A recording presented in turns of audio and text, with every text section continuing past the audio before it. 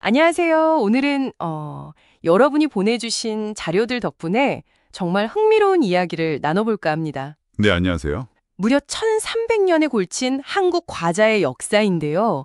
와, 생각보다 정말 길죠? 네, 그렇죠.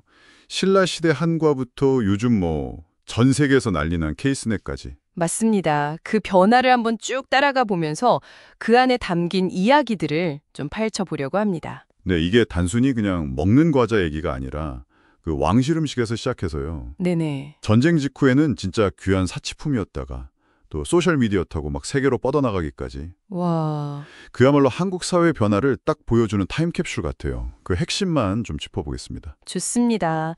그럼 먼저 시간을 저 멀리 거슬러 올라가 봐야겠네요. 신라 시대로요. 네, 자료에도 나오지만 그때는 아무래도 불교 영향이 컸잖아요. 아, 맞아요. 육식을 좀 덜하다 보니까 네. 그래서 이제 식물성 재료로 만든 단맛 간식들이 발달하기 시작한 거죠. 과일이나 꿀 같은 거요. 그렇죠. 튀긴 곡물 같은 걸 엿기름으로 굳힌 강정이나 뭐 그런 형태였던 것 같아요. 맞습니다. 그게 이제 고려, 조선으로 오면서 좀 더 발전하죠. 육아나 약과 같은 것들이요. 아, 육아 약과 이건 지금도 저희가 먹는 거잖아요. 그렇죠. 궁중에서 차 마실 때나 제사 지낼 때, 특히 혼례 같은 큰 행사에는 정말 빠지지 않았던 음식이죠. 상징적인 의미가 있었군요. 근데 한과라는 이름 자체는 좀 나중에 나왔다고요? 네, 맞아요. 17세기 문헌에 처음 등장한다고 하니까요. 그전에는 그냥 과자, 조과 이렇게 불렸겠죠. 그렇군요. 근데 여기서 또 재밌는 점이 이게 그냥 옛날 음식으로 끝낸 게 아니라는 거잖아요. 네, 바로 그겁니다. 지금도 설날이나 추석 같은 명절에 꼭 상에 오르잖아요. 네네, 상견례 같은 자리에도 가끔 나오고요. 그렇죠. 전통이 어떻게 현대 생활 속에 계속 이어지고 있는지 이걸 보면 알 수 있어요. 와, 정말 그렇네요. 자, 그럼 이제 시대를 좀 훌쩍 뛰어넘어 볼까요? 20세기로요. 네, 이때부터는 정말 큰 변화가 시작됩니다. 아무래도 일제강점기를 거치면서 아, 네. 일본식, 서양식 그런 과자 기술들이 들어오기 시작했죠. 네, 사탕이나 비스킷 만드는 기술이 들어오고 네. 설탕 수입도 늘어나고요. 그러다가 해방 직후에 우리가 잘 아는 회사들이 딱 등장하잖아요. 맞습니다. 1945년에 혜태제과, 그 종로에서 땅콩 캔디로 시작했다고 하죠. 아, 맞아요. 그리고 1947년에는 크라운 제과가 산도로요. 그렇죠. 근데 이 시기 배경을 좀 이해해야 해요. 전쟁 직후잖아요. 네, 정말 어려웠던 시기죠. 네, 밀가루나 설탕 이런 게 다 배급제였거든요. 그러니까 과자는 정말 귀한 거였어요. 와, 사치품이었겠네요, 정말. 그렇죠. 그 시절의 과자 한 조각이라는 게 얼마나 큰 기쁨이었을지. 지금 우리가 과자 먹는 거랑은 정말 느낌이 달랐을 거예요. 상상하기 어렵네요. 그러다가 이제 경제가 막 성장하기 시작하는 60년대, 70년대가 오잖아요. 네, 드디어 이제 대량 생산 스낵의 시대가 열리는 거죠. 1967년에 롯데제과가 딱 설립되고요. 네, 껌이랑 비스킷을 대량으로 만들기 시작했죠. 그리고 1971년 드디어 농심에서 그 유명한 과자가 나오죠. 아, 나왔네요. 새우깡. 네, 우리나라 최초의 대량 생산 스낵이라고 하더라고요. 거의 국민 과자의 시작이죠. 그렇죠. 근데 이 새우깡도 재밌는 이야기가 있잖아요. 그 일본에. 아, 맞아요. 그 가파 에비센이라는 새우 과자. 네, 그걸 이제 참고해서 우리 기술로 만들어낸 거죠. 1년이나 연구했다고 해요. 와, 일종의 역공학 성공 사례네요. 대단합니다. 네, 그리고 74년에는 오리온에서 초코파이가 나오고요. 이건 나중에 해외에서 더 유명해지죠. 맞아요. 초코파이 모르는 사람은 없죠. 바로 이 시기 과자들이 그냥 간식이 아니라 뭐랄까 한국 산업 발전, 대량 생산 시대의 개막 이런 걸 상징적으로 보여주는 거예요. 국민 과자라는 말이 괜히 붙은 게 아니군요. 정말 많은 사람들 추억 속에 있을 테고요. 그럼요. 자, 이제 80년대로 넘어가면 종류가 정말 확 늘어나죠. 네, 폭발적으로 다양해집니다. 1983년에 롯데에서 빼빼로가 나왔고요. 아, 빼빼로. 이게 나중에는 빼빼로데이라는 문화 현상까지 만들잖아요. 11월 11일. 그렇죠.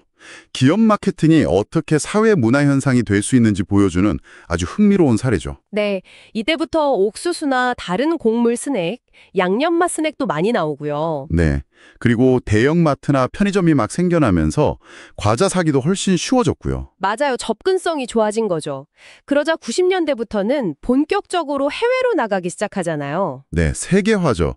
특히 초코파이가 러시아랑 중국에서 와, 정말 대성공을 거둡니다. 자료 보니까 2006년에 중국 스낵 시장 점유율이 67%였다고요? 와, 엄청나네요. 네, 대단했죠. 그 외에도 새우깡이나 롯데껌 같은 것들이 K-팝 나오기 전에 이미 1세대 한류 소비재 역할을 톡톡히 했어요. 단순히 맛만 있었던 게 아니라 뭔가 한국적인 스토리, 정 같은 그런 느낌이 통한 걸까요? 네, 그런 분석이 많습니다. 그게 이제 나중에 K-컬처가 더 넓게 퍼지는데 중요한 밑거름이 되었다고 볼 수 있죠. 그렇군요. 자, 이제 가장 최근으로 와보겠습니다. 2010년대 이후요. 근데 이때는 뭐니 해도 소셜미디어 영향력이죠. 그렇죠. 2014년 그 사건 잊을 수가 없죠. 허니버터칩 대란. 네. SNS 입소문만으로 전국에서 품절되고 막 난리도 아니었잖아요. 단짠이라는 말도 이때 엄청 유행했고요. 맞아요. 정말 신기한 현상이었죠. 또 2021년에는 드라마 오징어 게임 때문에 아, 달고나. 네, 그 한국의 전통 길거리 간식이 갑자기 전 세계적인 밈이 됐잖아요. 맞아요. 외국인들이 막 달고나 만들기 챌린지하고 그랬죠. 이런 사례들을 보면 이제 과자 소비라는 게 그냥 먹는 걸 넘어서서요. 네. 뭐랄까, 경험하고 참여하고 놀이하는 영역으로 확장된 거죠. 소비자들이 직접 컨텐츠를 만들고 퍼뜨리고요. 와, 정말 그렇네요. 그리고 요즘 트렌드를 보면 건강이나 친환경 이런 것도 중요해졌죠. 네, 맞아요. 건강 생각한 저칼로리나 비건 스낵도 나오고 포장재도 친환경으로 바꾸려는 노력들이 보이죠. 그리고 수출할 때도 그냥 영어로만 쓰는 게 아니라 한글 패키지를 그대로 쓰는 경우도 많아졌어요. 네, 한국적인 정체성을 오히려 더 강조하는 거죠. 그게 또 매력이 되고요. 정말 흥미로운 여정이었습니다. 왕실 음식이었던 한과에서 네. 전쟁의 어려움을 딛고 일어선 제과 산업 초창기를 거쳐 이제는 전 세계인의 입맛을 사로잡는 K-스낵이 되기까지. 와, 네. 여러분이 보내주신 자료들 덕분에 이 모든 흐름을 쭉 볼 수 있었네요. 한국 사회의 변화가 그대로 담겨 있어요. 맞습니다. 정말 그 시대의 거울 같다는 생각이 드네요. 여기서 그냥 끝내기 아쉬우니까 한 걸음 더 나아가서 질문을 하나 던져보고 싶어요. 오, 어떤 질문일까요? 오늘 우리가 살펴본 K-스낵의 진화는 여기서 멈추지 않을 거잖아요. 그렇죠. 계속 변하겠죠?